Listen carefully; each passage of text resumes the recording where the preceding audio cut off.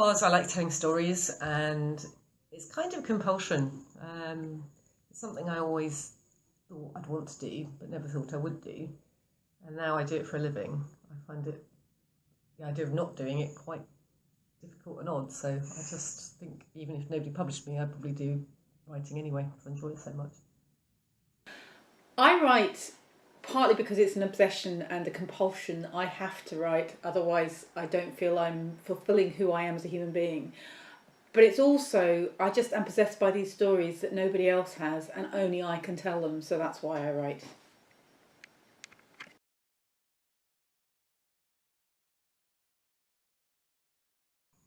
I write all over the place. I do have a nice study that I type up all my stories in, and the computer looks over the garden. It's very nice, but I find it really difficult to write straight on the computer, so I tend to write by hand, which means that if I want to get away from the internet and all the distractions that come from the internet, I tend to go out and write in cafes and libraries and on the train or anywhere I really can find a moment to grab some time. I quite often write in the car waiting for my children when I've got to pick them up from various places. So kind of all over the place, really. Well, actually, a lot of the time I write here. This is our kitchen, and I often sit here with my laptop or with this notebook or another one like it. Sometimes I write in the front room if the kitchen's busy. I will write in cafes. I love writing on train journeys. Really, if I'm in the mood to write, I'll write pretty much anywhere.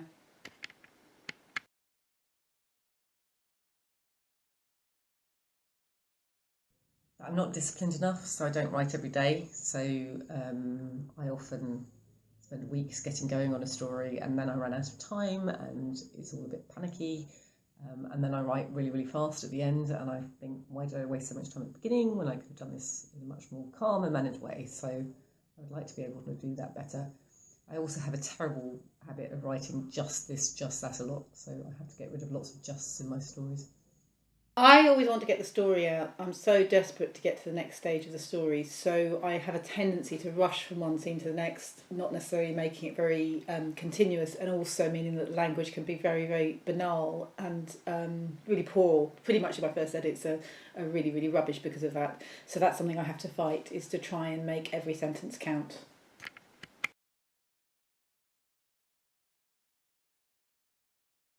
I really, really like all the books I'm writing at the time I'm writing them, but two I have particular fondness for.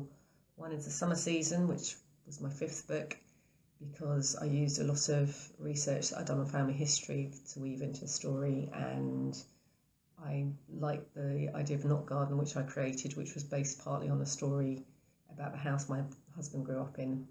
And I really enjoyed writing about that, and I was very pleased with the result.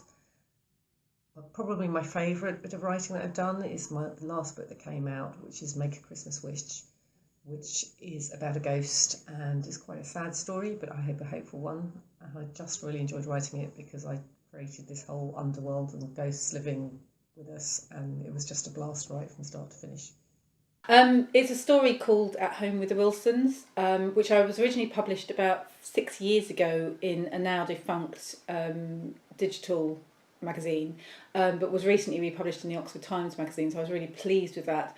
And it tells the story of a really dysfunctional family from the perspective of each parent and two siblings. I did originally have the perspective of the toddler, but it made the story too long, so I had to take that out. But it kind of goes through the day, commentary from radio, from TV, from social media, reflecting on what's going on within the family. And it's got a denouement that I really like, and has sort of, it's kind of leaves the reader hanging a little bit, and I quite like leaving an ambiguous ending, so I'm very proud of that one.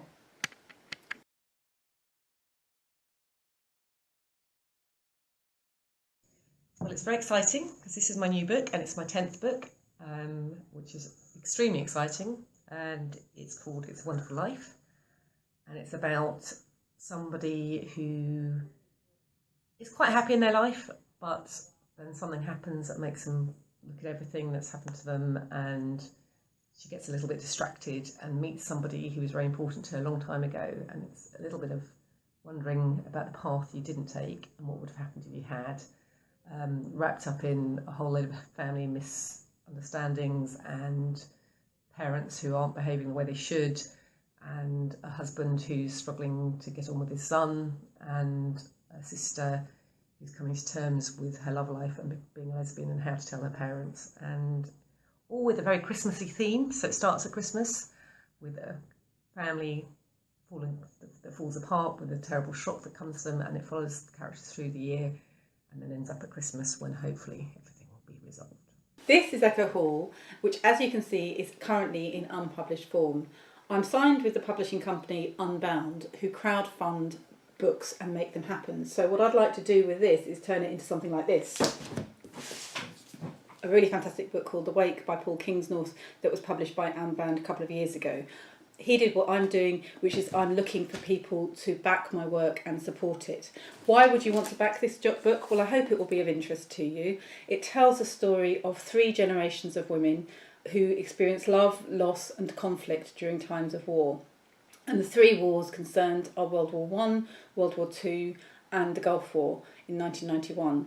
And one of the things I'm exploring in the novel is how unresolved conflict in one generation has an impact on the next. And I think it's particularly relevant now when we see what's going on in the Middle East, and you can trace back the wars that are happening in Syria and in Iraq, right back through the invasion of Iraq, back to the 1991 war, and all the way back to World War One.